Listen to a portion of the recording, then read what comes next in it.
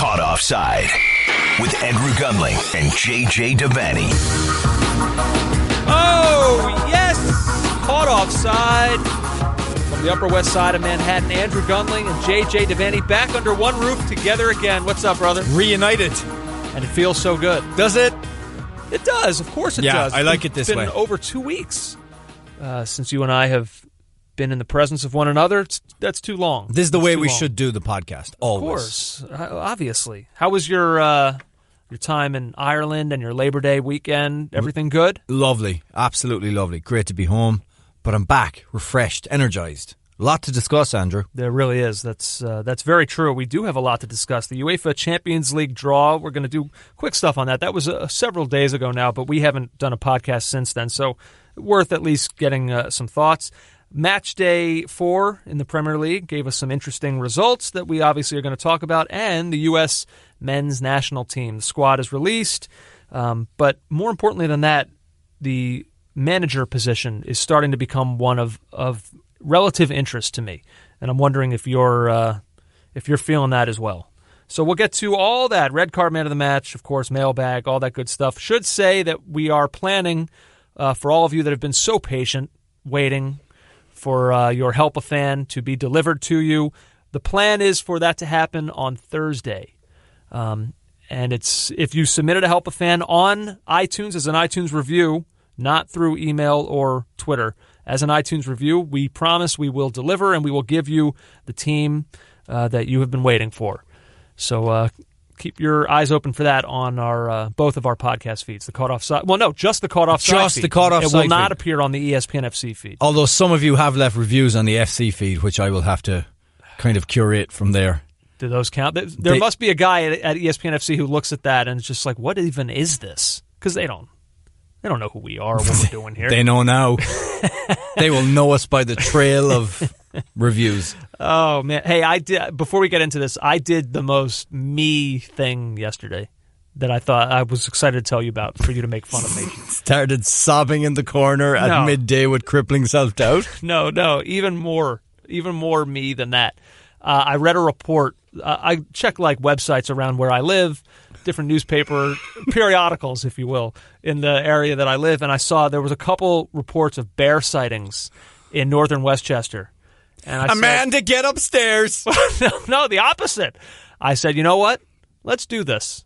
Everybody get in the car. We're going for a ride. And I saw the road. It was like this area in like Newcastle, Westchester area. And I saw the road where the sightings were, and I was like, let's take Jack in the back seat, have him take a nap for a little bit. Let's just drive around, see what we can find. Use them as bait. Did like 90 minutes of searching for this black bear. Didn't find it. Beautiful animals, though. Beautiful animals, and a beautiful area, too. In the end, it worked for everyone, although I didn't get to see what I was hoping to find. But Amanda, like the homes up there are insane, so she's looking at all these beautiful houses. Oh, that's a mistake. Well, I mean, what is she going to do? Leave you for someone who can afford them? I suppose that is the answer. But yeah, I just got this craving, JJ. I got to see a bear. You ready to start the show here? Oh, God, get me away from this story. Yeah, we got to start with this. So here we go. The draw is out for the UEFA Champions League, one of our favorite competitions, of course. You have, I guess, the question that people keep wanting to ask us is, your big winners, your big losers for a draw like this. Now, I'll real quickly, because people were excited to once again make fun of me once Tottenham's draw was released. There was a lot of laughter and mirth that you could be drawn in such a tough group 2 years running. Tottenham, Barcelona, PSV Eindhoven, and Inter Milan. It is a very difficult group. My instinct when I saw it was one of much disappointment. However, then I took a step back and thought, well, 2 years ago, Tottenham were drawn into a cupcake group, and it was a disaster. And then last year, they were drawn into what was essentially the unquestioned group of death, and they won it. And they took 4 points off Real Madrid and 6 points off of Borussia Dortmund.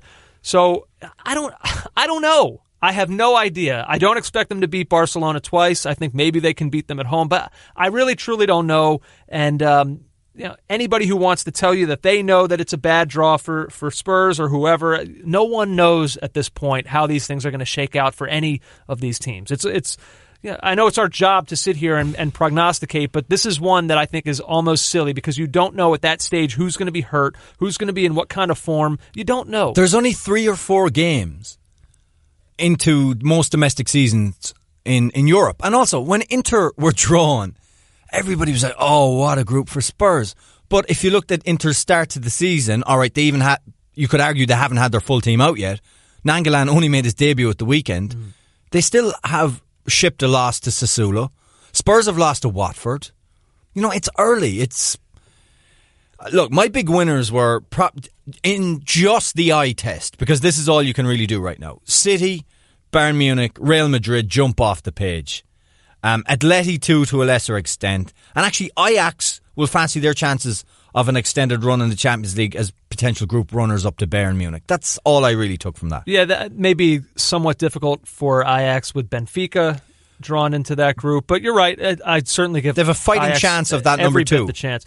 One little bit that has come out this week in the wake of this that is very interesting to me is Napoli. They have been drawn into what is also an extremely difficult group with them, Liverpool, PSG, and Red Star Belgrade. Namely those first 3, Napoli, Liverpool, and PSG. And Napoli, they're not even hiding it. They're absolutely furious that it shook out the way that it did. Here, I'm reading, these are quotes from Napoli's president, Aurelio De Laurentiis. Here's what he says about this draw. Quote, "We are bitter. I will ask for an explanation from UEFA. Liverpool, Champions League finalists, are put in pot 3. It is a disastrous anomaly." When I first heard it, I kind of wanted to go to just like instinctual meanness and just just beat them. Shut them up by beating them. You're Napoli. You're good too. You can beat them. And while I do still feel that way to a certain extent, like this whining is not a good look. Look at the other pot 3 teams. That's the thing. I do believe that they are right in asking for an explanation as to how this can happen. And here's how it can happen. Your UEFA coefficient dates back 5 years. I'm sorry. That's stupid. It's antiquated. And it's a system that has to change, or it's going to... I'm surprised that this doesn't happen more often. I mean, think of Liverpool 5 years ago and Liverpool now. They weren't in the Champions League. Well, in 2014-15, they won 1 game in the Champions. So, I mean, I'm not saying... I'm just saying within that time. Right. This is like... Why does that team have anything to do with today's Liverpool? Salah and Robertson and Van Dijk, Klopp. It's a different team. What happened 5 years ago should have 0 to do with their coefficient today. Or things like this is going to happen, and it's not fair to a club like Napoli. So while the whining is a bad look, and I kind of wish that maybe that would be something that would be done more behind the scenes, they're not wrong in being disappointed with this current system that has left them in a position where no one's going to look at them as favorites to get out of that group. It's going to be PSG, Liverpool, and everyone's going to believe that Napoli will finish 3rd. Now it's up to them to change people's minds, but I understand them being disappointed with that. I tend to agree with you, and they should have made their protestations in private because it's not a big team mentality. It'll probably embarrass their fans a little bit that De Laurentiis went public on this because they're fans of an exalted opinion of themselves. They're a team that won a European trophy when Diego Maradona was there. There was a team that at the end of the 80s dominated Italian football. And they probably won't like this as well. It's a team that pushed for a league title just 1 year ago. Also, they looked at it. They saw Paris, who are new money. They had the new money team in Manchester City last season, and they just got on with things. I think it was a bit of a body blow to see Liverpool crop up there. For sure. I mean, that was worst case scenario, certainly, for whoever drew them. So, I mean, that was one thing that I found particularly interesting, and I'll be keeping, obviously, a close eye on that. Just to expound on what you said, yes, Manchester City, I agree. That on paper looks relatively easy. Doable for them. Yeah. United have the other Manchester team. It's worth noting their group. They've got Juventus and Valencia, which... young boys of Bern, obviously, would you expect United to get 6 points off, but those other 2 are really tough. Yeah, that could be. I also thought, in terms of a team that I thought was pleased probably with the way this shook out, I would say Atletico Madrid. With Monaco is kind of just I know they do a decent enough job of reloading, but they just feel like a wounded a wounded animal. Well, how would they not be? They've been absolutely pillaged for their goods. So, yeah, those are some of the ones I'm looking at. In terms of early thoughts on a tournament favorite, I would say at this point it's really all the usual suspects. Now, one thing I did want to mention about specifically is what is to be made of Real Madrid. There's one guy out there who is not terribly afraid of them. His name is Lionel Messi. Here's what he had to say about Real Madrid. Quote, Real Madrid are one of the best teams in the world and they have a great squad, but it's evident that the absence of Ronaldo makes them less good and makes Juventus one of the clear favorites to win the Champions League. He also spoke about his own team's chances of winning the Champions League with, it's time, which I thought was a pretty cool response. He went on from there and said, we've been knocked out in the quarterfinals in the last 3 seasons.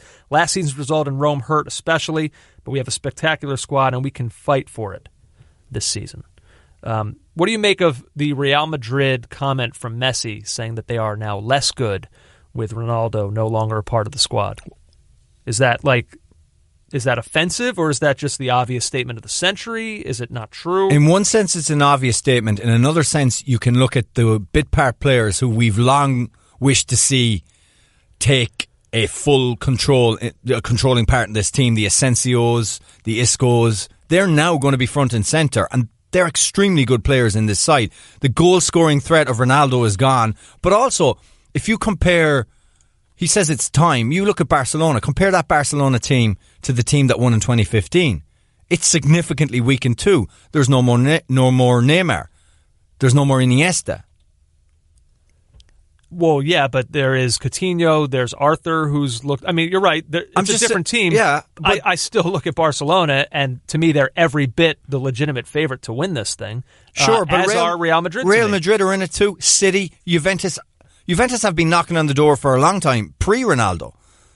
I think these are just kind of statements. Bland. These are actually, when you get to the cut to the core of it, pretty bland statements. I suppose. There's one name you left out, or 2 names you left out with Real Madrid. Bale and Benzema have been in fantastic form to start the season. Maybe Messi's right. I guess both things can be true. They are less good without Ronaldo, but they are still every bit a legitimate title favorite. I want to talk about someone who probably doesn't have a chance. And you were talking about who are the big winners from this. Who are the big losers? Mm-hmm. I looked at Red Star Belgrade. They're back in the Champions League after 26 years, and they get drawn in a group like that with Liverpool, Napoli and PSG. Worse still, they knocked out the absolute money machine that was Red Bull Salzburg and still ended up in this group. That is tough for them. Yeah, but isn't there part of you that thinks, no, this is going to sound demeaning, and I'm going to be totally upfront and honest.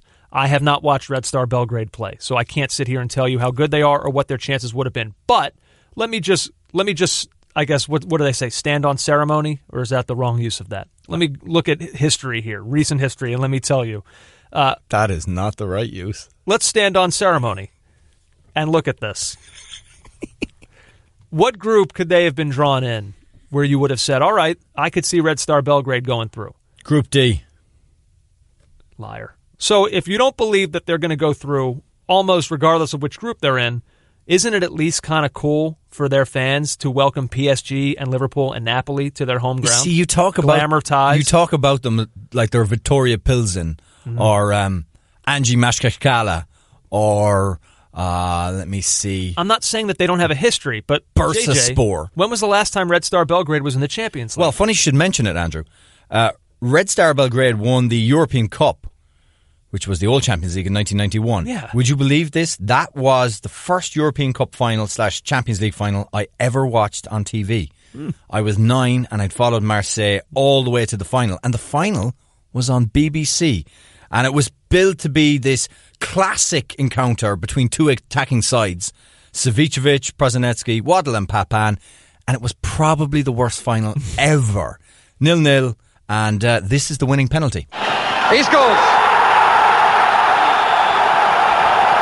Panchev, who was hardly given a chance all night because he was so poorly supported by his team, in the end gives that team victory in the 36th final of the European Cup. How about that? Yep. Can you imagine me staying up to watch it? What a snotty little kid I bet you were. I would have loved to have known you. I was so excited and it was so boring. Yeah, I mean, I don't know.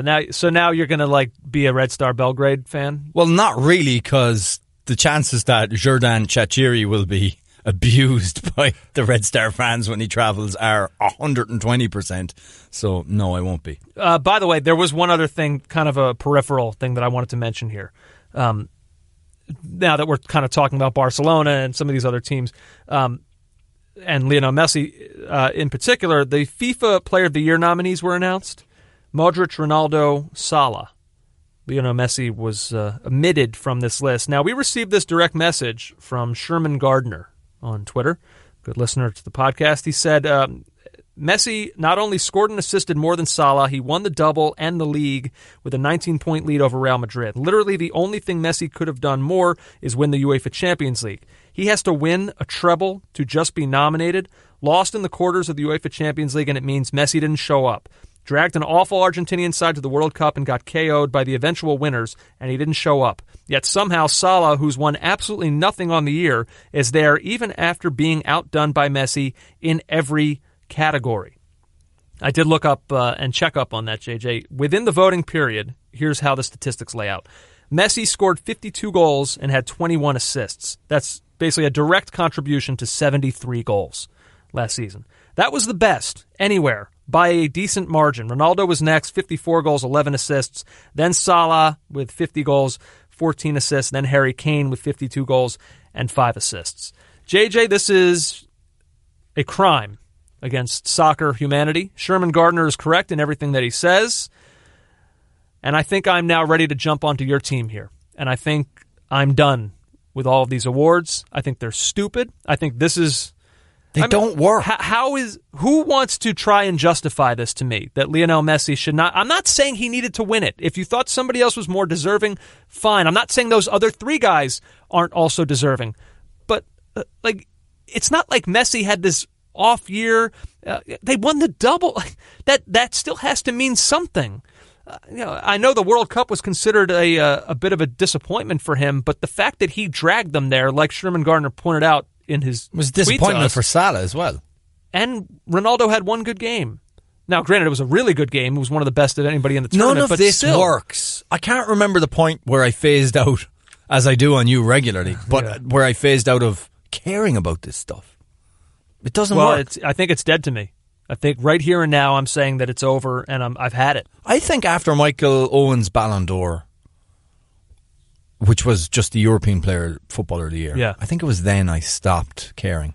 Just after that. Yeah. I mean, if someone can justify Messi not being included, I think it just comes down to what we see in this country sometimes with LeBron for the MVP discussion. People just get fatigued. It's just like they're tired of the same faces. And now, granted, Ronaldo's on here, but it would be hard to deny him after winning the Champions League. So I don't know, but I really think that's like he's just held to this standard that's obscene, that it's ridiculous. And don't forget Salah standing within his own country and within the Muslim world. There's probably a branding issue here where... that you think so? That maybe, I don't know. Is. I guess, you know what, I'll take any... explanation you want, like to expand that reach for the game and...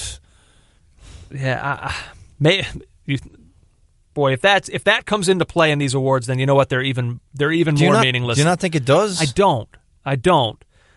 I think Salah is a new and exciting name, and so I think that there's something to that with whoever it is that votes for these things. But I don't know. And he's a nice guy, also. Yeah, all that helps. I don't know if charities, all that stuff. By the way, a random question, because people who casually follow soccer sometimes ask me this. They get confused with all these different competitions. Where do you, like right now, I feel like the scale changes sometimes year to year. The Champions League versus the Premier League versus the FA Cup, what is your ranking system right now in terms of what you most want to win as a fan? Right now? Yeah. As a fan? Yeah. The English Premier League. It's moved ahead of the Champions League for you? Just talking from a Liverpool's perspective and their great need to end that drought, yes. But it's a season-by-season thing for me. If the Premier League is very enjoyable and there's a great title race, which has been rare in the last few years, I'm totally engaged in that. But often a really good Champions League tournament, like I really enjoyed 2015 when Barca won it out, that can really push it to the top and to the forefront of my mind. It's a season-on-season thing. But if you're talking just as a fan, I want to win the league every year. I'm very much Brian Clough on that. He said you could take everything, the Football League Cup, the FA Cup, the European Cup, he said, and put it aside for the league. He would take the league every season. Wow. I don't know. I'm kind of torn on that. Speaking of Liverpool, you ready to talk some EPL from over the weekend? Yes. Let's start out with looking at the the 3 teams who are 4 for 4 so far. That would be Liverpool, Chelsea, and obviously, of course, Watford. Clearly. Of course. Sort of a weird question, but because Watford is a part of this, but rank those 3 right now in terms of like pretender, contender. Like I guess Liverpool and Chelsea of their starts, because Watford is not going to be included in that conversation. Well, Liverpool are clearly closest to being in that title race where we have put City already in firm pole position, and the challenger is Liverpool. Chelsea, for me, though, I know the quality of opposition outside of Arsenal, looking at the games versus Huddersfield and Bournemouth at home, are games you'd expect them to win. But how quickly this team has integrated the ideas of the manager has really impressed me. And the noises coming out of people like Eden Hazard saying how much it's different from Conte and Mourinho. I mean, it's night and day in the way that they want to play. And they've so far adapted much quicker than I thought they would have. That said, 2 out of those 3 teams that they've played probably not going to be in the mix at the higher end of the table, but you got to give Sarri credit for that. Yeah. And I've just thought that there were so many concerns about how he would bring Sarri ball to England, and so far so good. Liverpool are the clear contender for me, because even at the weekend against Leicester, Andrew, I know they made things hard for themselves with Alisson's Did you get flashbacks? Cruyff turn that didn't work out. Look, he did that. If you look at it, there was a compilation put on Twitter. He's done that regularly for Roma, where he just absolutely mugs the defender and gets away with it. Fine. I don't want him doing it at all, especially in that scenario where there is absolutely no need for it. As bad as Virgil van Dijk's back pass was, he had loads of time. All that said, Liverpool won a tricky away fixture and ground out a result. And Watford... Well, we'll talk about them in a sec. Okay. I did want to just, before we move off of Liverpool, I did want to say, I know you mentioned Van Dijk there in kind of a negative light, but overall, looking at the big picture with Liverpool, what they've done in the span of 1 year to recognize a weakness and just completely flip it in the way that they have. I mean, defending is now arguably, it's every bit a strength for them as much as their attack is, which is saying something when you have an attack of Mane, Firmino, and Salah. Yes. Van Dijk is tremendous. We've talked about Robertson now and how he's got to be in the conversation for one of the best fullbacks in the league. Alexander-Arnold is in the conversation for one of the best up-and-coming players, fullbacks in the league. And let's talk about Joe Gomez for a second and how much of a surprise and revelation he's been in the early part of the season. Now, Liverpool fans get excited about players when they hear about them at the club or coming up through the academy or whatever it may be, and sometimes they go overboard. But the rumblings about how good he was early on. Then he got injured, and you felt, well, where does he fit into the team? There was Matip and Lovren ahead of him. But Klopp waited for him to get fit again, has integrated him into the side. Andrew, he looks fantastic. Yeah. He looks like one of the best young centre-halves in the league. And he was magnificent. He got one block at the weekend where you just thought that this is going to rustle, this is going to be in the back of the net, and he threw himself in front of it and made a brilliant last-ditch tackle, comfortable on the ball. I don't want to get too excited, but he's made a fabulous start to the season, and fair play to Klopp for identifying someone who was already at the club when he got in and seeing the best in him. Over the weekend, he won 100% of his duels. Regular duels, aerial duels, whatever. He won all of them. He also led Liverpool in interceptions. For him to have flipped it, for Klopp to have flipped it like this, I mean, how long? Like, remember the days now of Alberto Moreno and Dejan Lovren? Like, that is just not Liverpool anymore. They are stout defensively, midfield, attack, all the way through, man. They are, I don't know, they are every bit as legit as a lot of people thought they were going to be. Yeah, and I think for me, he like you said, he's identified the areas of need. He's brought the players in, and there's a purpose to what they're doing. Whereas I have to say, under Brendan Rodgers, as good as that one season was, I never felt that it was all building towards something. I could never. Now, it must be said that, say a player like Gomez, he came in under Rodgers' watch from Charlton, so I guess well done to whoever was in charge of player recruitment at the time. But the whole thing just seems like it's going somewhere. And they did not play that well for large parts of the game, but they won the game. And that's the kind of game that was a 2-2 draw under Rodgers and in the early parts of the Klopp regime. Yeah. Now, Liverpool may be living up to the expectations. Watford, however, are far exceeding theirs. They are unquestionably the surprise of the season so far. They beat Spurs over the weekend 2-1, coming from behind in the second half to do so. I will be totally honest here. Full disclosure, I'm always honest with all of you on this podcast. I did not see this game. It's probably the first Tottenham game in a year, or whenever the last time they were on the Gold package on NBC. That was probably the last Spurs game I didn't see. They were on it once again this weekend. I'm not paying for that. I've made that decision. Although you told me it can be some sort of write-off, but I don't know how these things work. You work in sports. I'm a rule follower, and it sounds like you're involved in something shady, and I want no part of it. Thank you for outing me to the IRS. So I have not purchased it. So I did not see this game. All I can go off of is what I've read, what I've seen on Twitter from a lot of people Tottenham-related that I follow. So I'll defer to you in terms of the game itself. If you want to talk bigger picture stuff, then I'm happy to do that. Defer to Poch. What Poch said afterwards was he was kind of calm and he was matter-of-fact about things. He said that they did not do well enough in possession of the ball, and I would agree with that. Watford, it wasn't like Pereira put on a masterclass. Andrew, they were bullied. They were bullied on set pieces. They were bullied in open play. There was one moment where there's a ball right into the corner, and it's Davinson Sanchez, who is no shrinking violet, physically imposing player, is running with Troy Deeney. And Deeney cracks him, one of the best shoulders I've ever seen. Something from like the 1950s when football was really physical. Bullies him out of the way, gets on the ball. The goal, Cathcart's goal on the set piece, I don't know what Vertonghen was doing. I don't know what the Spurs defenders were doing. There was this weird light and shade effect where the sun was definitely in the eyes of some Spurs players at moments. I don't know. The ball came in from the lighted half into the shaded half in the box. Maybe I'm making excuses. But I actually thought Poch was right. They didn't do enough creatively in possession of the ball. Now, I listened to the debate on Sky Sports, and Craig Bellamy came up with a kind of a different reason for maybe why they wilted a little bit in that game. What do you expect from this team at this present moment? You had 9 players in a World Cup semi-final.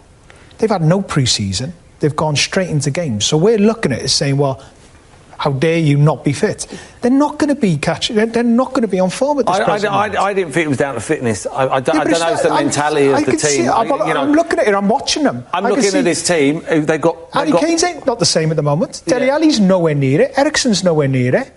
You look at Dembele, like he's tired massively. The back three, these are all players who have had no time off. They've had maybe a week or 2 weeks. They've come straight in. They haven't gone through a period where they've had pre-season games and just had minutes. They've gone straight into training, straight into games. Here's a little more from Bellamy pressed on this issue. What about all the other players that have come back from the World Cup? Who's doing well then? Hazard. Did he start the first game of the season? No, he didn't play. Of course he did. Is that good management? These boys did. But why can't Tottenham then? Yeah, but I think then sometimes Pochettino's asking too much because they didn't bring any players in, and straight away he's gone, well, so I expect you all now to finish like we did last season. But you've got to worry for them to finish in the top 4. Because they can only they're going to get to a higher standard and then they're going to fade again. Now, Bellamy's bringing kind of facts about how fatigue might affect a team and rest in the case of Hazard, whereas Merce is talking about mentality, trying to suggest that maybe they're not winners. And God. I'm sorry, that narrative is just like, that's old and done with to me. I reject that. I know they haven't won a trophy, but I reject the narrative that it's not a team of winners. All right, they've outperformed so many other clubs in England over the last 3 seasons. The stat: 9 guys from this team went to a World Cup semi-final. On different, not just England, but Belgium. I'm sorry, Hugo Lloris captained France to a World Cup trophy. Stop telling me that it's a team of not winners. How many times do we have to keep fending that off from former Arsenal players? Stop. Now, at the weekend, lots of things went wrong, including Vorm was in goal and he gave away a corner kick from a kick-out. He went to go short to the edge of the box and kicked it straight out of play. I'm happy to go with what Poch said from watching the game. Happy to go with what he said. You've got to do better on the ball, be more constructive, especially against a team that's as physical as Watford. And also, I kind of subscribe to what Bellamy's saying as well. Now, that Merce started off the debate with this bit of absolute nonsense. It's every week. Every week you've got to turn up. If you don't turn up one week, and that's the difference. And that's what scratches my head with Tottenham. Really does my head in sometimes with Tottenham. Oh, for God's sake. That's what... No, let's break this down. If you don't turn up every week, just a noise. And then that's what scratches my head with Tottenham. Here's what I would say to that criticism. When we came into the season, what was the expectation for Tottenham? Did we think that they were Manchester City? Did we even think that they were Liverpool? They're not going to win every game. They're not going to draw every game. They just beat Manchester United at Old Trafford. And that's the frustrating thing about them, because they can do that and then lose at Vicarage Road. But they're not that club that's going to win every single game that they're supposed to win. It's why they're not ultimately, in my opinion, going to be in the title race at the end of the season. Stuff like this is going to happen to them. It's not as deep a squad as you may need to contend in multiple competitions. Exactly. There's going to be frustrating moments. They're still good. They're still top 4 side. They'll perform well this season. But this is the difference between them and the title contenders that I see as City and Liverpool. Before we move on, when they needed to change it and get somebody in to change that game, Pochettino looks behind to the bench, and really he needed to look to Asia, where Son was playing as South Korea beat Japan in the Asian Cup final. Mm-hmm. So he was down one creative player that could have made a difference in this game, and there's not enough depth.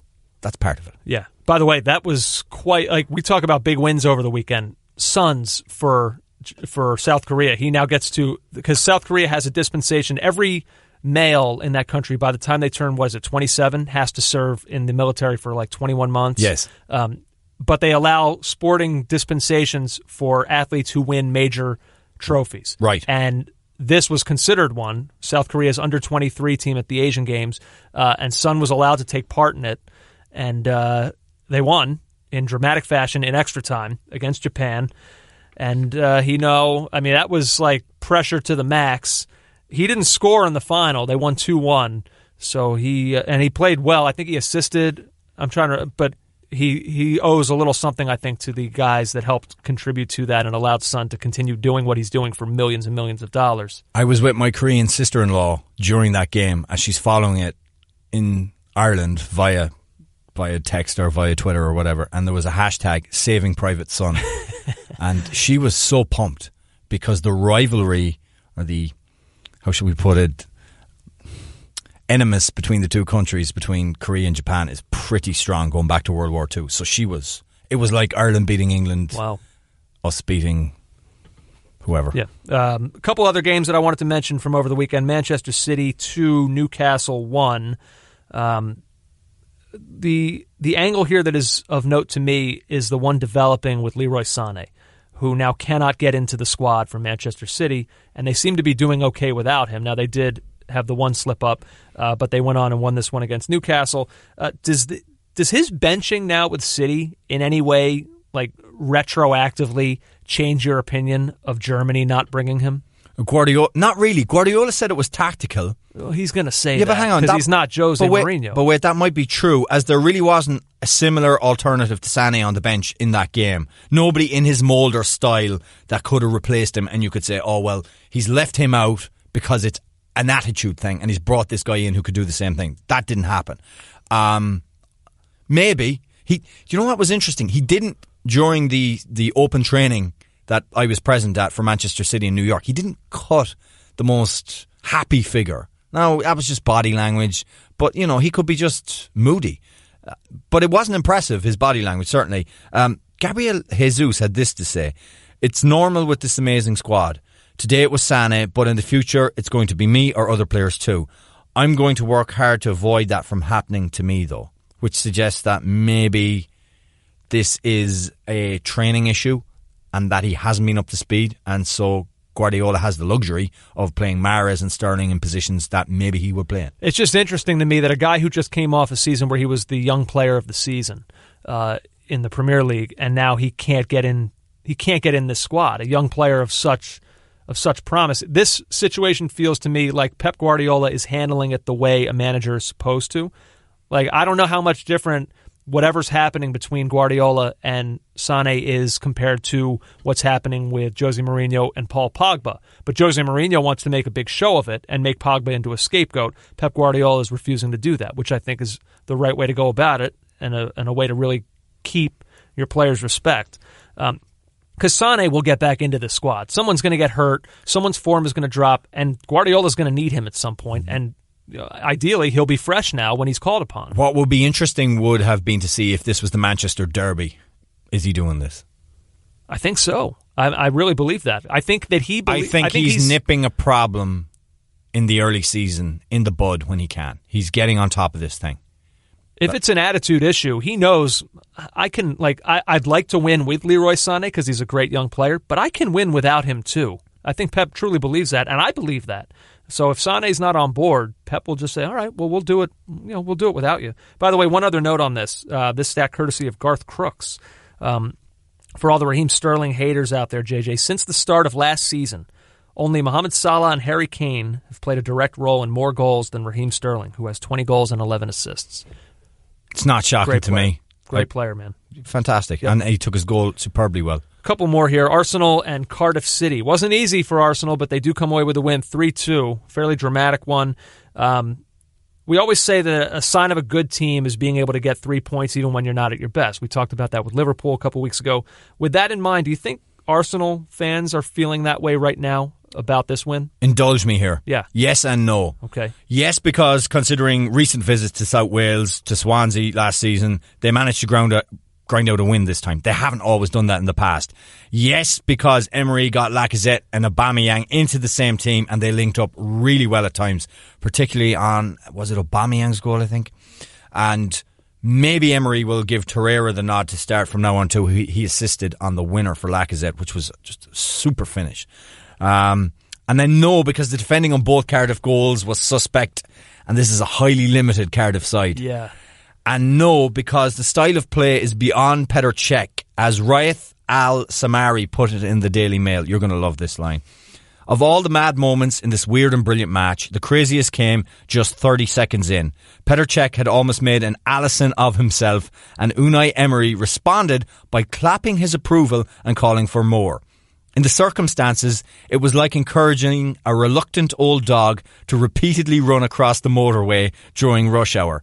It seems like a matter of time before this new trick of playing out from the back goes horribly and cruelly wrong for Cech, and the only wonder is that it did not happen here. And that just made me think of what you eventually have to do with Cech is what you have to eventually do with Old Yeller. Oh my God. There's no hope for him now, Travis. He's suffering. That is dark. Old Yeller's got to go. Put him out to take him out back, right? Yeah. Jeez, JJ. I don't mean actually do that. I mean drop him to the bench. Really dark. Yeah, I ultimately do think I agree with most of that. One thing that kind of makes me a little bit nervous as a fan of their biggest rival, I feel like tactics in all sports are cyclical. You know, what's in style, you know, in the NFL, one day it's all about having a good rushing offense. Then all of a sudden now we're in an era where it's all about pass. Right. You know, soccer is not much different in that, you know, one day it's all about the 4-4-2. Let's get two strikers up there. Now, no, just one lone striker. And Arsenal seem like maybe they've stumbled upon, or Unai Emery maybe has stumbled upon something that Wenger kind of refused to stumble upon, and that is going with two strikers up front with Aubameyang and Lacazette. I feel like that partnership can work. I really think highly of both players. Maybe as lone strikers, they struggle.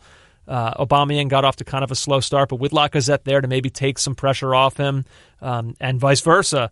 I don't know. I feel like that's something that I'm not saying like after one game against Cardiff, I'm ready to say that that's a thing, but I kind of want to keep an eye on that and see if Unai Emery continues to put them out there together, because I think that could be something good for them. He also listens to the podcast, as he did not start both Mkhitaryan and Ozil together. He started Ozil with an excellent game. Manchester United defeating Burnley 2-0. Don't have a ton to say about this game other than Nemanja Matic coming out in support of Jose Mourinho. Ultimately, I'll say this about Manchester United behind the scenes. I have no idea what's going on there. I have no idea if these players love the manager. I have no idea if they hate them. I have no idea what he thinks of his team. Now he's out there praising Ed Woodward, showing him support after a plane flew over, citing an old quote of Mourinho's about Wenger. Specialist in failure. Yeah, but the plane put that, attributing it to Ed Woodward. But now Mourinho supports Woodward. The fans who I thought hated Mourinho, now they're in love with him. I'm out. I'm putting my hands up, and I'm out. I don't know. I have absolutely no idea what is going on with this club in terms of the pulse of it and how everyone feels about everyone. Lukaku is now the greatest striker in the league again after this weekend. Right. Well, he scored 2 goals for them. Look, it was a win that had to happen. They couldn't possibly lose this game. They didn't. At stages, they played really well. At other stages, they were just okay. I think one thing that I took from the game is that if Marcus Rashford sees a red, Phil Bardsley has to go as well in that incident. He did exactly the same thing seconds after Rashford did it in terms of thrusting his head towards Rashford. They should have both still dumb though. If we're going to get on Richarlison for what he did, yeah, really absolutely. Dumb. Both of them should have gone. Mourinho was relaxed in the press conference afterwards. We wait for more trying times to test the mettle of United before we can say anything really. Yeah.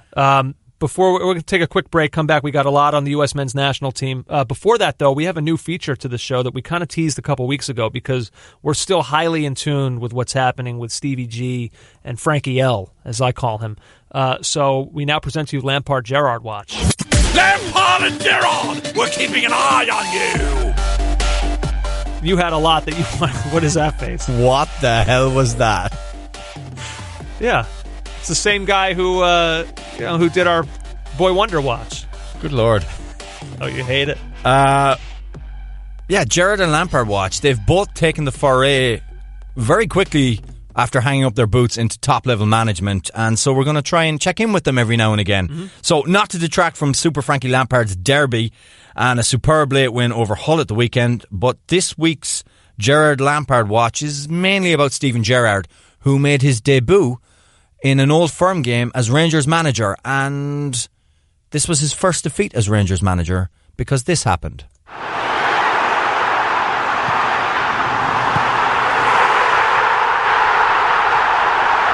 Scottish lungs. You should probably say what happened. That was just people screaming. Yeah, the SPFL put up highlights on YouTube without commentary. It was bizarre. But because those Scottish lungs, those Glaswegian lungs, those Celtic lungs were fit to bursting point, that's Ncham scoring the winner for Celtic in a game they absolutely dominated. Hit the crossbar twice. Stevie G. Everybody thought Rangers would offer something different. Kyle Lafferty was in. Morales was in good form. Just didn't happen. They defended deep, Andrew, and honestly, Celtic should have scored much more than they actually did. And the one time that Rangers really forayed into the Celtic half in the second half, what happens? They get caught on the break. And Brendan Rodgers is the king of Glasgow for a while longer. And that was Gerrard Lampard Watch. Yeah, there you go. I hope Hit the jingle again. I need to hear it. Okay. Lampard and Gerrard, we're keeping an eye on you. Frightening, right? I don't know. So you want to go back? All right, you do the next one then. No, I like it. It's going to some nerve. It's going to grow on me. It's a bit out there. Yeah, it sure is. But hey, that's what this podcast is. I'll tell you what. We're going to take a quick break. We'll be right back. We've got much more here for you, including a look ahead to the USA and Brazil in our What to Watch For. I just saved hundreds of dollars by switching to Geico. I should have done this years ago. Disclaimer, traveling back in time is physically impossible unless you know how to build a functioning time machine. Then by all means, travel 25 years back in time, switch your car insurance to Geico. You could save a bunch of money. While you're there, please prevent your younger self from wearing that sleeveless tuxedo t-shirt, parachute pants, and glitter high tops to your senior prom. And at long last, rectify this horrible crime against nature. Geico is absolved of all liability if you destroy the fabric of time and space. Geico. 15 minutes could save you 15% or more. Oh, back here on Caught Offside. Let's see what to watch for, JJ. I'm very excited about this. Friday, 7:30 p.m. Eastern Time, the United States of America, the men against Brazil. The squad came out, no real shocks to me. The average age of the squad is 23, so they are continuing with this trend, as they should, of getting younger players some time. And they're doing so now against Brazil. So a pretty high-profile game for a lot of guys who would probably really enjoy that opportunity. I know Tim Weah spoke about that, about how excited he is to kind of test his chops against Brazil. A Look, I looked at the squad. I know you had maybe a couple raised eyebrows. I was pretty much cool with all of it. No, I don't have that many raised eyebrows. John Brooks is back in, which is good because as cataclysmic as he was during qualification at times, particularly in Costa Rica away, we do recognise him as a central defender of quality. If he can stay fit, stay in the Wolfsburg team, he's obviously a player that is going to start for the US. Could he play alongside the younger Matt Miazga? Is that something they could do? It's just the midfield seems a bit meh. Well, I know you had an issue with Kellen Acosta. The only thing I would say about that is we keep talking. It's so funny. We keep talking about, well, they got to give young players time. We got to see these young players. He's 23. He's one of the young players. But we don't look at him that way. But we've seen a lot of him. But he's not in his prime yet. That's what I'm saying. He does not deserve to be written off. Who's writing him off? Is there nobody else we could have had a look at there? I'm not saying that, but Dallas wanted Rid. Right. He fell out of favor in Dallas, went to Colorado, and he's been great. It's whatever happened in Dallas, there was some falling out, and he's kind of revived his MLS career right now with Colorado. Okay. He's playing well. So he's still young enough where I'm willing to give him another chance. I guess if I had to raise an eyebrow at anything, Bobby Wood, I'm good with Bobby Wood. I feel like I know what Bobby Wood is. I wouldn't have minded seeing Josh Sargent. He's got 5 goals in 7 matches for Werder Bremen's under-23s. I kind of understand why they didn't do that with Sargent. I accept what Dave Sargent said about that. Yeah, I saw that. I kind of like that. We're always saying on this podcast, the one thing that is crucial is that they're getting minutes for their club and developing at their club and becoming established players there. And I honestly think he doesn't need to be in this. You're right, and I'm not throwing a fit about it. It's not a huge issue. One thing it's so interesting is I still look at DeAndre Yedlin as one of the young guys on this team, and he's so not. It's weird. He's one of the old wise sages now who's playing, important minutes in the Premier League, starting for Newcastle, doing this, by the way, against Manchester City. Only for Rondon, who's played it in for Yedlin. And Newcastle United from out of the blue have equalised with their first attempt on goal nearly half an hour in. I felt like a proud father. I've always said that about Yedlin. I'm trying to figure out who the midfielder or the fullback he raced past. Just read that ball was going to come into the box. Now, it was a perfectly weighted pass as well. Yeah. But he's seen that, and he's busting a gut to get in there. Yeah, watching him do that, I was thinking, can't you do that more? I would say 9 games out of 10, he's the fastest guy on the field. It was incredible.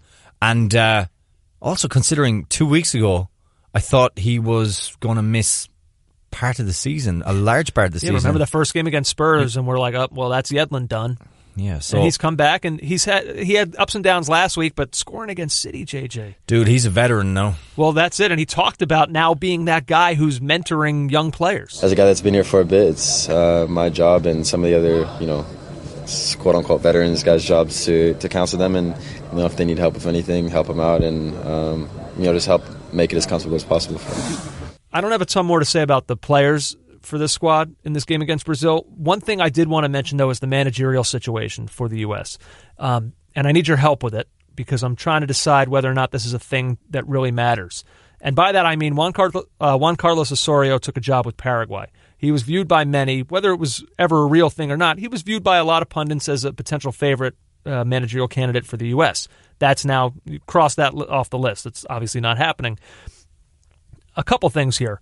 For one, the longer we go through this, is it bad that the U.S. still are unsettled in that position? Because I'm starting to think that I don't know that it really even matters.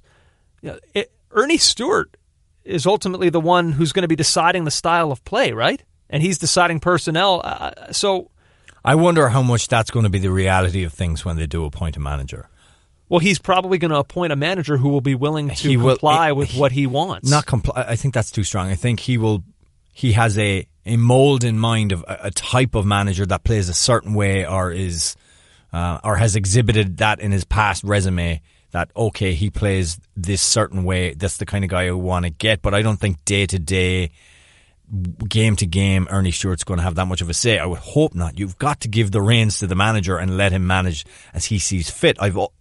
That is just... It was our biggest concern from day one when we heard about that position, is how is that relationship going to work between him and whoever this eventual manager is. It was an odd comment, so I would like to think in terms of recruiting a manager, that's where style of play will come into the thought process. Now, it is funny, though, not to cut you off, but now having seen the way things played out at the World Cup, like, we're getting worried. The U.S. are taking a long time to pick a manager here. This is like, we got to do they really have to do it? Like, didn't Japan, think of some of these teams that ended up doing fairly well in Russia 2018, and when they made managerial changes, like some of these clubs, Croatia even had a manager switch fairly late on in the process.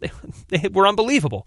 So I honestly don't even know how much it actually matters. I don't mean to really diminish the position, but I kind of wonder, like, don't rush. It's fine. Take your time with this. I honestly agree with you on that one. And also, Sarkin has done a good job in doing what we've wanted in, like, integrating the young players in.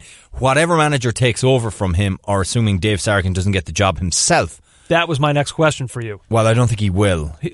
Everyone says that. But why? At what point does he need to be also considered as a viable candidate? I'm sure they're thinking of it, but they also need to look at the promises of moving on and moving forward with this team, and he is still a marker of the arena era.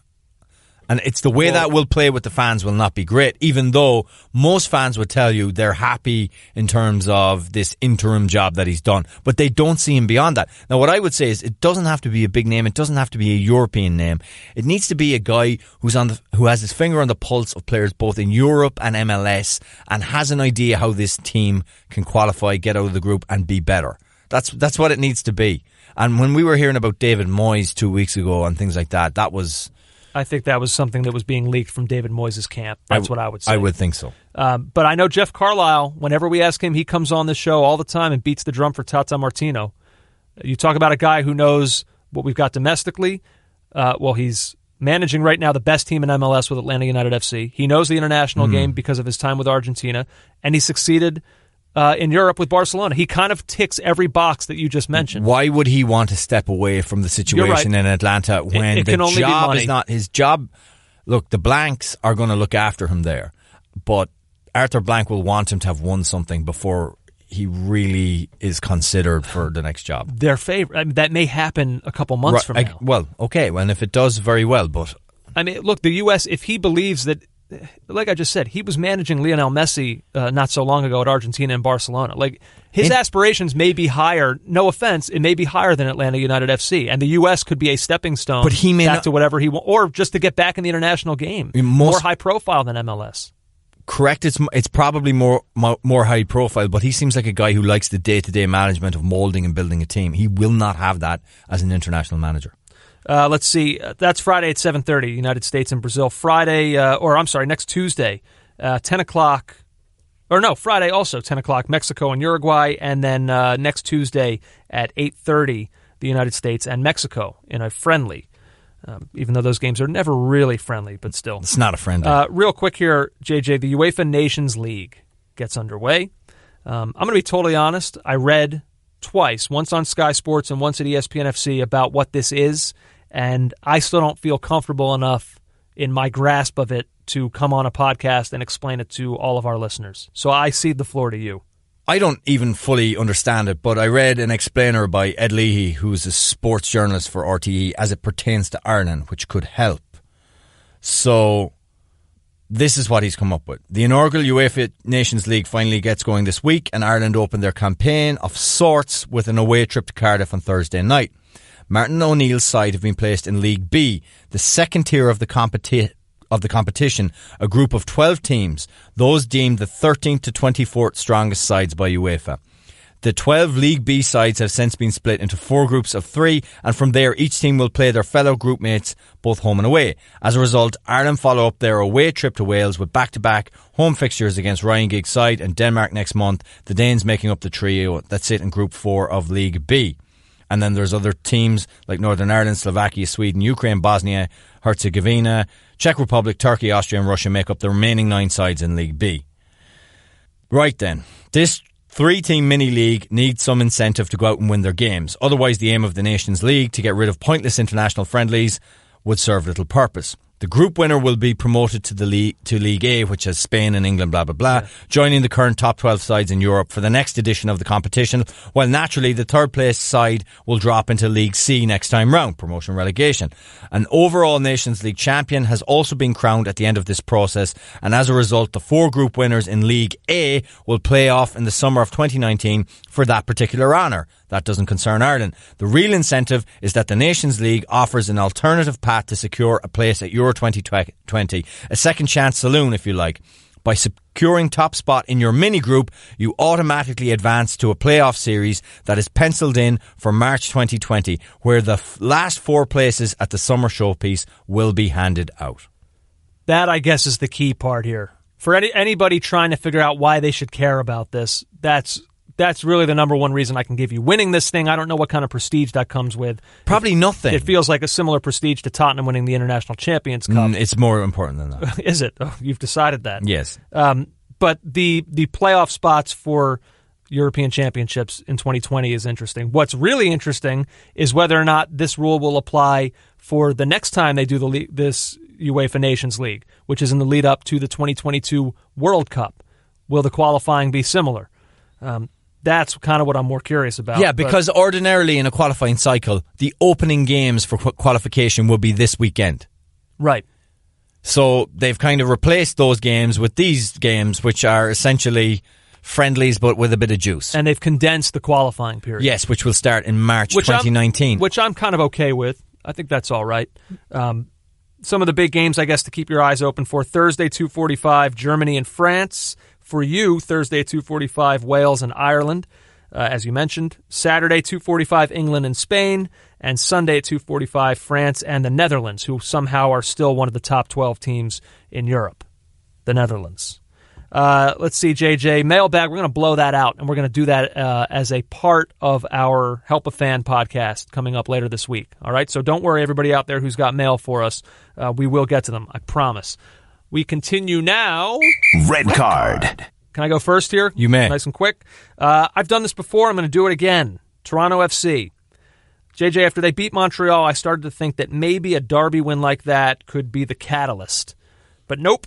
First, after that, they lost to Portland, a team that was in the midst of a 4-game losing streak of their own, thanks to 2 second-half goals from Portland. Then, this past weekend, it was a 4-2 loss at home to LAFC. It was 3-0 in that game, LAFC, before Josie scored to make it 3-1. Got one more in stoppage time, which briefly made it interesting, but just a minute later, Carlos Vela, who's really been good this season for LAFC, scored his second to seal it.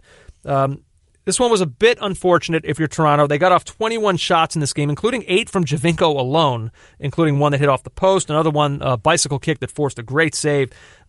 But they allowed 14 shots for LAFC, not a small number in their own right. The loss now, if you're looking at what this means, it drops Toronto 9 points back of the 6th and final playoff spot. In the wake of all this, Michael Bradley had some really interesting and fairly damning comments to say about his team. Listen to this, JJ. I don't know if you saw this. He said, quote, "For me, it's very simple. We had an incredible year last year, but Champions League aside, this year we have not had enough people in this club from the top all the way down to the bottom, everybody is included, who understood how hard it was going to be, what it was going to take to navigate through another season where we had to play every week like our lives depended on it. Last year, that was the mentality. That was what we were able to do. But when you win everything like we did, you have to understand that to come back and do it again, it's going to be even harder, and through 27 league games this year, it's not even been close. Not even close." That's Michael Bradley about his own team. Now, in fairness, he has not necessarily covered himself in glory this season either. He had a late-game error that contributed directly to Portland's second goal, but that's not to say that at least his attitude hasn't been right, which I think is what he's talking about. So now I suppose that Toronto FC, not writing them off just yet, but it's looking really unlikely, they become one of the great cautionary tales, I think, in MLS history, that no matter how much talent you're loaded with and how good everyone thinks you are, if you don't prove it week in, week out, then you'll just, poof, forgotten. And that's kind of what we're finding out. Again, not done just yet, but not looking good for them either after those 2 straight losses. I really thought after Montreal that could turn it around. But we've said that so many times this year, and time again, we've been proven to be wrong. Yeah. But except the consequences aren't that great. They'll be back next season and they could be brilliant. Oh, yeah, but you don't go poof. That's the point. You don't disappear. No, but this season, their playoff chances, their legacy. I mean, there was like big, large legacy questions about Toronto FC. Oh, yeah, you were ready to proclaim them the greatest MLS team of all time. That is not, you're putting words in my mouth. That is absolutely not true. This is how rumors spread. I said, let's see what they do this year. And we're seeing it. Okay. What do you have? My red card, I'm going to tease a new segment which is going to be called TV on the Radio. And I'm going to begin with this. Would you describe me as a football traditionalist? Oh, yes. Andrew? Yeah. Now, I am a traditionalist, but I also like to move forward with things. I like things to develop in the game. You've seen me take on stats as part of my analysis. Slowly but surely, yeah. Right. I don't believe in being a complete dinosaur. Last week, Liverpool revealed that they'd hired Thomas Gronemark, a Danish coach who specialises in throw-ins. Well, let me tell you, I had no problem with that, but beIN Sports, Andy Gray and Richard Keys, they found it hilarious. I'll tell you what, I'm taking that up. I'm now officially a throw-in coach. I'm sorry. A throw-in coach. Right, here's the ball. I'm giving you a lesson. Are you watching? You pick the ball up with both hands. You take it behind your head like that, and you throw it in, keeping both foot on the ground. Okay, this guy just happens to be the world record holder for throwing a ball. Yeah. The technique he involves is that Steve Watson one where you somersault on the line. But I don't think we'll see that at Anfield anytime soon. Well, we won't see it at Old Trafford either. They'll fall off the pitch. He's going to encourage people to take throw-ins correctly and... Sorry. Look, learning how to trigger attacks from the throw-ins under the guidance of Thomas Gronemark. What's wrong with that? So I'll tell you what I'm doing. I'm officially a throwing coach, and I'm also going to some clubs later this month to teach them how to kick off. I am. I think that's important. Oh, the Bantosaurus Rex is out. That was kind of funny. I enjoyed that, actually. What's funny about it? But by the way, don't lump Richard Keys in. He's just asking the questions. This is all Andy Richard Keys is like he's having an asthma attack from all the laughter. Now, look, do your research, think about things, but don't always do the old football, proper football man reaction to everything, because even a quick Google will get you some interesting results. So, this is from a study I Googled by Malte Siegler, Chair of Training and Computer Science in Sports, the Technical University of Munich, Germany. Results showed that there is an average of 108 interruptions per match. 40 throw-ins, 33 free kicks, they're the most frequent. Goal kicks are 17, corner kicks 10, substitutions 4, kickoffs 3, they occur less often. This is on average games. Mm-hmm. You know that almost 50% of throw-ins end up with the opposition. Like, that is a huge waste of primary possession. We saw the way Tony Pulis revolutionised what Stoke did with a long throw-in expert like Rory Delap. Like, why wouldn't you look at this as something, here's a marginal gain, here's something we can improve upon? You know, Couldn't agree more. Why is this such a big laughing matter? I couldn't agree more. Don't forget, ask Iceland if throw-ins were important when they faced England in the European Championships. Right, why not pay a bit more attention to something that could launch an attack for you? Something you can be better at. That's all it is. You know, there's been revolutions and evolution in football all the way through. We're going through one now with playing through the goalkeeper. Like, I know the banter's massive, but if you think about it, it's not crazy. It's not dumb. By the way, does the be in beIN Sports mean for Andy and Richard be in the 1950s? Maybe it does. Caught Offside's man of the match. For mine, I went with the Seville Derby, which was over the weekend. I just wanted to mention it because I think it's probably one of the best derbies that doesn't quite get the attention that it deserves. Real Betis and Sevilla. After a really controversial second yellow for Roque Mesa of Sevilla, one that Sevilla's manager rightfully panned after the match, JJ, for Real Betis, 37-year-old club hero Joaquin was substituted on, and with his first touch, he headed the ball home for an 80th minute winner. Afterwards, Joaquin said about the goal, "I dreamed of this lots of times. No lie, me scoring the winning goal against the eternal rival at home. I have no words to express the happiness I feel. When I see them singing my name, the affection they give me, I know I can leave football a happy man. He left the club in 2006 for stints with Valencia, Malaga, and Fiorentina, but he returned home in 2015 and now potentially caps off his career with this as a potential exclamation point. His manager, Kike Setien, said, I'm very pleased for him. He's 37 now, and this will stay in the memory. I don't know, sadly, if he'll get many more chances. I hope so. For Betis, it makes three wins in a row against Sevilla, or three without a loss. I'm sorry. There's a draw in there. Oddly enough for Betis, that goal was their first this season, a club that was really exciting and high-scoring a year ago. But you never know how a result like that can change a club's course. I guess we'll have to wait and see. I just wanted to include that because I saw some of the footage over the weekend of like fans who take video on YouTube and things like that from inside, and just like, man, God, the passion around that game, and it kind of gets lost in the shuffle with some of the other, El Clasico and some other prominent Spanish rivalries, but that is a really, really, really intense one, and it was a dramatic game with a really old player, a club hero who came up through their system, scoring the winner. I just thought it was kind of a cool story that I wanted to get into this podcast. No, I love that. 37. Yeah. Joaquin, I remember when he was a young starlet coming up in the game. That's incredible. Yeah. By the way, on a Spanish tip, Copa 90 US, from their verified account, who are pretty good soccer guys, fairly reliable. The first ever US-based La Liga game will be in Miami on January 27th. 1,500 Girona fans will be flown over for free or given up to 40% refunds on their season tickets. And so begins my quest to release the song My Girona. I'll get to work immediately. Now, we knew it would be one of the big teams, so Barcelona it is. And the fact that it's Girona is interesting to me, who are owned by the City Football Group.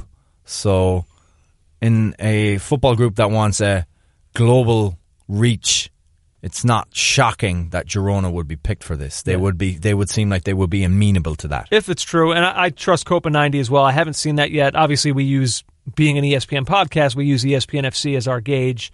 I haven't seen it up on their site yet, but it's just something to keep an eye on. It's from their verified account, so just check in on that. What do you got? My man of the match is former Arsenal great John Jensen, the futsal players of Denmark. A remarkable situation has emerged in Denmark ahead of this international break and their UEFA Nations League game. The former Arsenal midfielder John Jensen will take charge of Denmark's Nations League opener against Wales after the row which has rocked Danish football took an extraordinary twist. Denmark's preparations for the game in Aarhus on Sunday are in turmoil over a dispute concerning the players' commercial rights. The Danish Football Association is set to field a team consisting of domestic players rather than Premier League-based stars such as Christian Eriksen and Kasper Schmeichel. Denmark are playing Slovakia in a friendly in Taverna on Wednesday, and the DBU director Klaus Breton Meyer told the Danish Broadcasting Corporation that it had selected a squad drawn from the first and second divisions of the domestic league.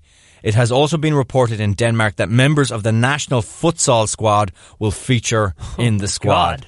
So this image rights issue has not been resolved to the satisfaction of their players, Eriksen, Schmeichel, and it's going to be an opportunity, albeit an awkward opportunity, for players in the top league, the Superliga, and the divisions below that, and futsal players to represent their country, but they're also kind of crossing a picket line if they do play, which not kind of. They are crossing a picket line.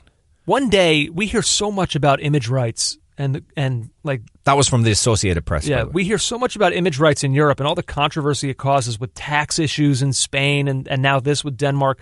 What is happening with image rights here of American athletes as opposed to how it works in these European leagues? I never hear about image rights issues over here in the United States in any sport. I'm sure LeBron, how does it work for him as opposed to Messi or Neymar or Jose Mourinho, who just got a jail sentence? I need somebody to explain that to me. Well, this is just a contract issue with the Danish Football Board as opposed to like the government of Denmark over image rights, and obviously it's now going to have a fairly unprecedented scenario where they're going to have to pick players who are probably going to feel very awkward and not the way they would have wanted to win an international cap. Yeah. By the way, England-Spain is a friendly game. It is not in the UEFA Nations League. Oh, is that right? Yep, that's a friendly game. And Harry Maguire told the Telegraph he doesn't really know how this thing works either. So feel better, friend. All right, well, hey, there you go. What a show. We'll be back later this week with our Help a Fan podcast, plus your mailbag. If you think you may have submitted your Help a Fan incorrectly through some other means, then you still have 2 days to go back and do it through iTunes as an iTunes review for this podcast, all right? And make sure you check the Caught Offside podcast channel. That's where that podcast will be uploaded. You will not find it on the ESPN FC channel. You should always follow the Caught Offside podcast channel. A lot of people didn't know we have our own channel. They think we're just in with ESPN FC. You never know. Maybe one day we'll just start releasing bonus material on there. Who knows? Could happen tomorrow for all. Do whatever you want. Well, hey, this was fun. It's good to have you back in person. Thank you, sir. It's nice to see you again. To you, I say... Take it later, fun boy. I'll see you. Take care. You've been listening to the Caught Offside Soccer Podcast.